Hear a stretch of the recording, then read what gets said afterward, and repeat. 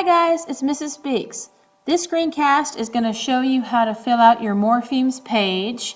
Look at the directions first. Fill in the boxes with the information from your packet. It says packet. You're getting one page per quarter at a time now, so your page.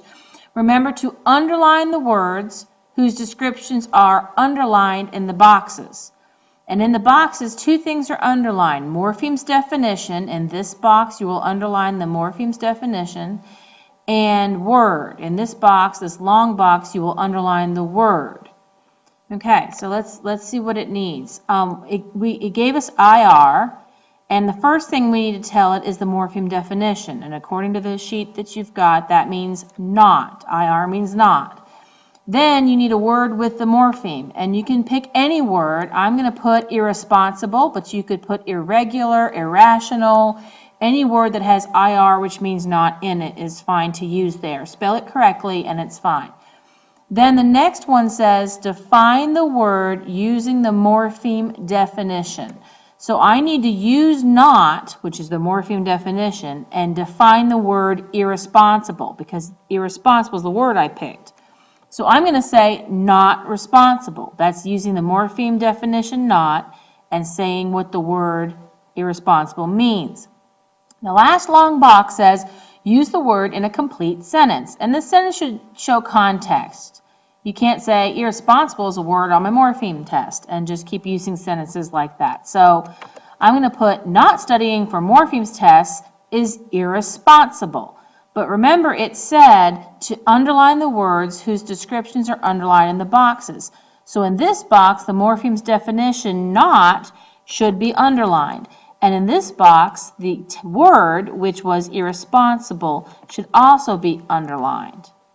And this now looks correct. This is now a correct box filled out with the IR morpheme. And if it helps, this morpheme will always appear in this word here. So it should actually be in there somewhere. And the morpheme definition in this box right here, in this case not, will always end up in this box right here and underlined. So the morphemes definition that is in the second box is underlined in the fourth box on the right-hand side. And finally, this right here, in this case, irresponsible, that I've underlined in hot pink, but it could be any word. But whatever word is in this spot will also end up right here, underlined in this box right here. So this morpheme ends up in this word. This morpheme definition ends up in this box where it's defining that word, and this word ends up in that sentence.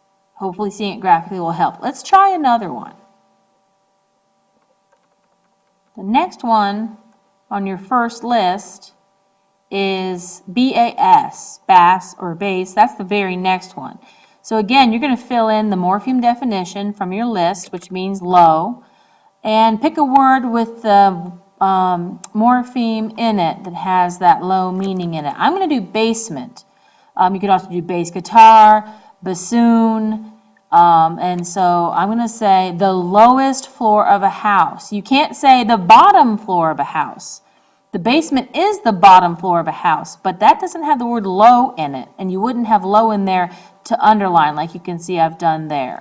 And there was a terrible storm and the basement flooded. That shows context. That shows I obviously understand the basement's down at the very bottom because it makes sense. That's where the water would go if there's a flood.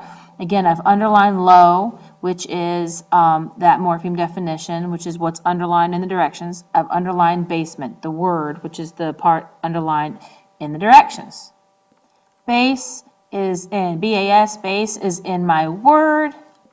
Low is in my definition of my word. I've added EST for low S. That's perfectly fine if you need to add a suffix or ED or something, anything like that to make it work. But low is in that part. And basement's in my sentence. It's underlined in my sentence. So again, the morpheme is in the word with the morpheme. The morpheme definition is in the definition of the word. And the word is in the sentence. Let's try one more. The third one Sol, S-O-L in this case, means alone. Like solitaire, solitary confinement, solo. Any of those, again, it can be any word, just spell it correctly. You can't say a card game played by yourself, because that doesn't have the word alone in it, and I need to underline that. So I'm going to say a card game played alone, and again, it's got that underlined. So be careful how you phrase it. I only had a deck of cards and no friends at my house, so I played solitaire. Again, showing context, showing I know what it means. The morpheme is inside my word. My morpheme definition is inside the word definition box. And my word is in my sentence. So that's pretty much it. You just need to know how to fill it out from that. You'll always have the list. If you have any questions, you can send me a message via Edmodo or see me before class, after class, during lunch, and I'll see you in school. Bye, guys.